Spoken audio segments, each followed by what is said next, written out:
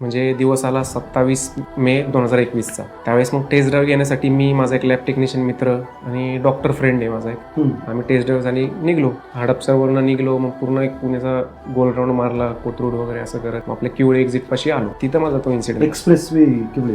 Yes, Kivale एक्सप्रेसवेला आलो आणि मीच ड्राईव्ह करत होतो. डॉक्टर लेफ्ट साईडला बसला होता, बॅक साईडला माझा लॅब टेक्निशियन फ्रेंड होता. आणि अचानक गाडीचा डाव्या साईडचा टायर फुटला.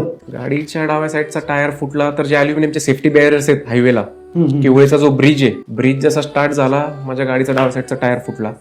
अल्युमिनियमचे जे सेफ्टी बॅरियर्स होते त्याला जाऊन गाडी क्रॅश झाली. जवळजवळ माझी गाडीची स्पीड 80 ते 90 किलोमीटर एवढी असेल स्पीड. त्या गाडीला क्रॅश होऊन गाडी माझी जवळजवळ 60-70 मीटरपर्यंत फरफडत गेली आणि गाडी युटर्न मारून त्या साईडला मी आलो, ब्रिजच्या साईडला. आणि गाडी स्टेबल झाली.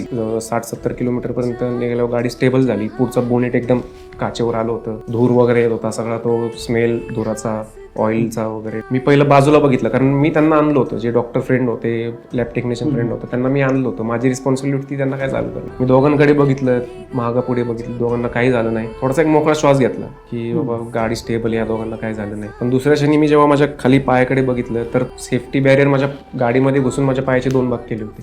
अरे बापरे. लिटरली तुम्ही सफरचंद कापल्यावर सफरचंद कसं 2 विभागात पडतं, तसा माझ्या पायाचा हाल झाला होता.